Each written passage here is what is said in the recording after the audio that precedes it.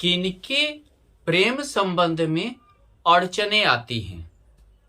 काफी देर होता है, काफी अड़चन आता है। खासकर कन्या, कर्क, सिंह और तुला लग्न वाले के विवाह में अड़चने, प्रेम विवाह में अड़चने ज्यादा आती हैं।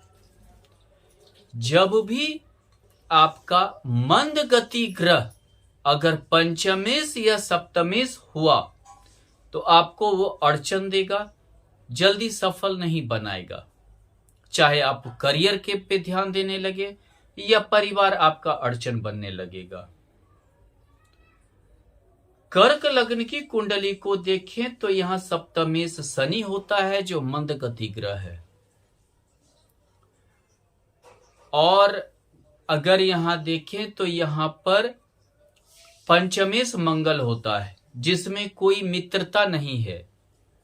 मंगल शनि में मित्रता नहीं रहने की वजह से हमेशा अड़चने आती हैं और ये अड़चन बहुत कम ही दूर हो पाता है जब तक कि सप्तमेश का संबंध गुरु से या शुक्र से ना हो तो अड़चन बनी हुई रहती है, ये समाप्त नहीं होते।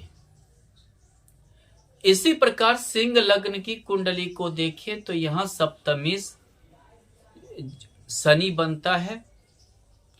अगर हम पंचम भाव को देखें तो ये गुरु बनता है, यानी इनके प्रेम संबंध काफी लेट के बाद विवाह के रूप में परिवर्तन हो सकते हैं।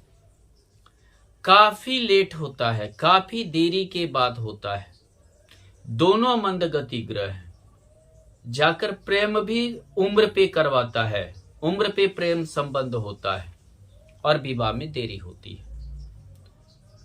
इसी प्रकार अगर हम देखें कन्या लग्न की कुंडली में सप्तमेश गुरु हुआ और अगर देखें यहां पंचमेश शनि हुआ, इनके भी प्रेम संबंध काफी देर तक चलते हैं और यहां षष्ठेश भी शनि होने के कारण काफी अड़चन आता है। कभी परिवार अड़चन आता है, कभी जाति अड़चन आती है, कभी जीवन स्तर अड़चन आता है और काफी अड़चन के बाद इनका सफल होगा या नहीं होगा दुविधा रहता है। तुला लग्न की कुंडली है, सप्तमेश मंगल हो गया। अगर यहां देखें पंचम भाव को तो शनि हो जाता है, यानी कि शनि और मंगल में कोई मित्रता नहीं है तो ये खड़मंगल पैदा करता है और इनके प्रेम संबंध में हमेशा अड़चन रहती है। इतने लड़ाई झगड़ा, इतना दुविधा होता है कि ये अड़चन के कारण सफल होने की स्थिति में नहीं रहते। इनके लिए इनके साथ गुरु या शुक्र का युति या दृष्टि होनी चाहिए, तभी कुछ सफल हो सकता है, वरना अधूरा ही रह जाता है अड़चन की वजह से। कभी जाति अड़चन, कभी धर्म अड़चन, कभी जो है जीवन स्तर अड़चन, अड़चने रहती हैं सिर्फ।